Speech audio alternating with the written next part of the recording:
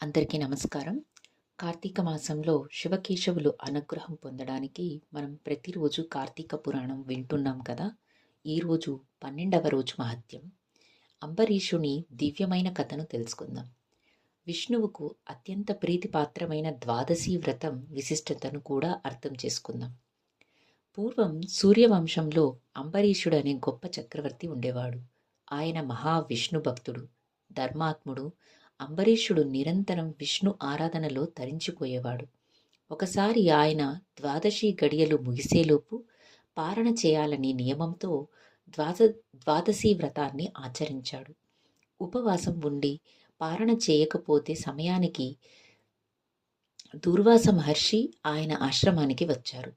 అంబరీషుడు దూర్వాసుడిని సాదరంగా ఆహ్వానించి భోజనానికి అభ్యర్థించాడు. దూర్వాసుడు నదిలో స్నానానికి వెళ్ళి తిరిగి వచ్చేసరికి ద్వాదశి గడియలు దాటిపోతున్నాయి.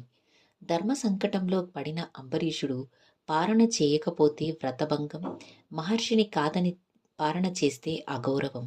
అప్పుడు ఆయన కేవలం తులసీ తీర్థం సేవించి పారణ చేసినట్లు కాకుండా, మహర్షిని అగౌరవపరిచినట్టు కాకుండా ఉండటానికి నిశ్చయించుకున్నాడు.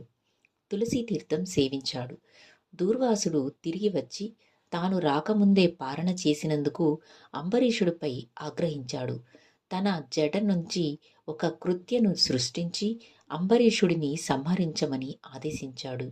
అయితే విష్ణుభక్తుడైన అంబరీషుడిని రక్షించడానికి శ్రీ మహావిష్ణువు తన సుదర్శన చక్రాన్ని పంపాడు.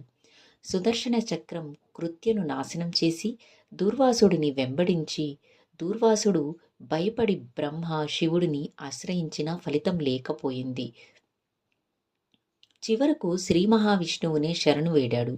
విష్ణువు నా భక్తుడిని ఆశ్రయించు, అతడే నిన్ను రక్షించగలడు అని చెప్పాడు. దూర్వాసుడు అంబరీషుడిని క్షమాపణ వేడుకున్నాడు. అంబరీషుడు శాంతించి సుదర్శన చక్రాన్ని ఉపసంహరించమని ప్రార్థించాడు.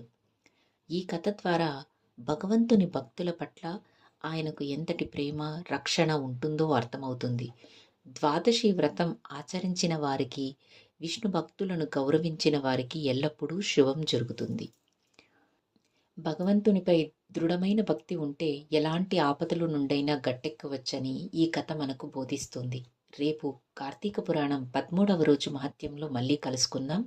అందరూ సుఖ సంతోషాలతో ఉండాలని కోరుకుంటూ ధన్యవాదాలు.